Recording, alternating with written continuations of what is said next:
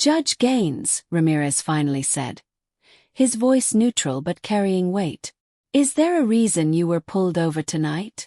Wesley, maintaining his composure despite the storm raging inside him, answered evenly, "That's what I've been trying to figure out." Doyle stiffened, her jaw tightening.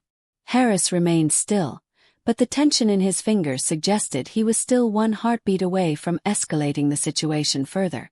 Ramirez sighed, then turned to Doyle, his voice quieter now but no less firm. "Did you run his plates?"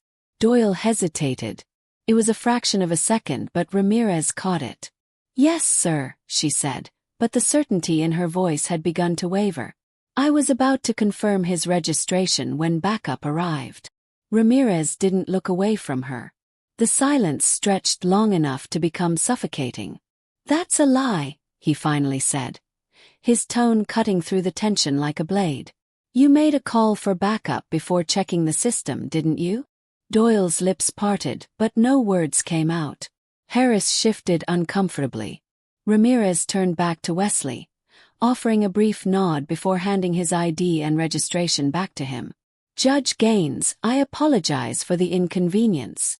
Wesley took his documents, but he didn't move. He studied Ramirez, searching for any sign of pretense or forced courtesy. There was none, only exhaustion and understanding. Ramirez turned back to Doyle and Harris, his face darkening. "We'll talk about this later." Doyle swallowed hard, her hands curling into fists at her sides. Harris took a step back, suddenly keenly aware that this was no longer just a routine stop. It was something bigger. Wesley inhaled deeply before exhaling slowly. He reached for the door of his car, but before he got in, he met Doyle's eyes one last time. There was no anger there, no malice, just something deeper, something that lingered between disappointment and certainty. "Tonight could have gone differently," he said, his voice steady, unwavering. "And we both know it." Doyle didn't respond. She didn't need to. The weight of his words settled between them, a reminder of everything unspoken.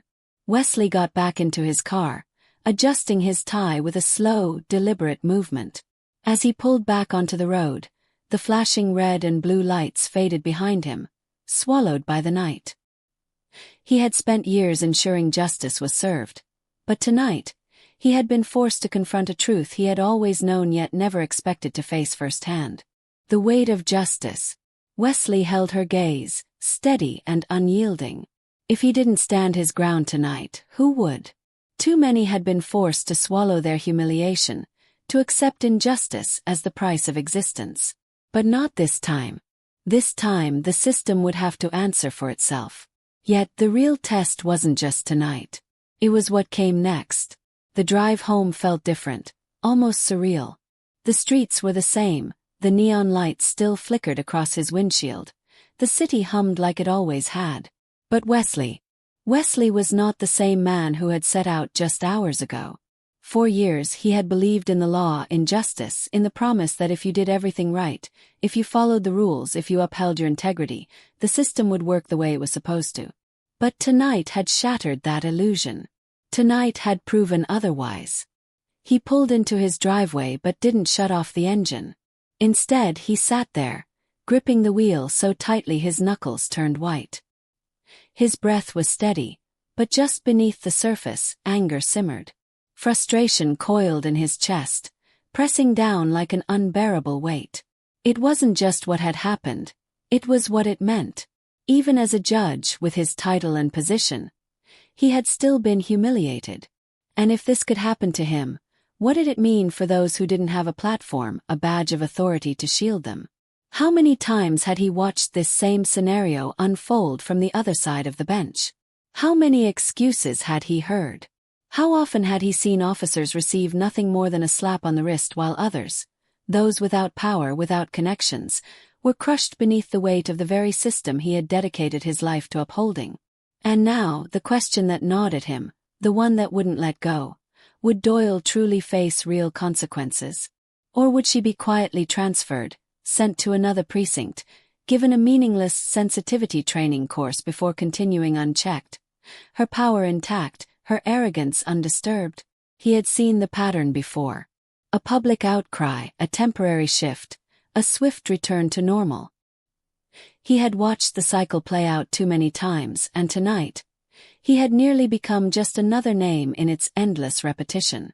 But what if he hadn't been a judge? What if he had been just another black man, walking home from work, no title to shield him? Would he have been arrested? Slammed against the pavement? Worse. The thought sent a chill down his spine. Because these weren't just hypotheticals.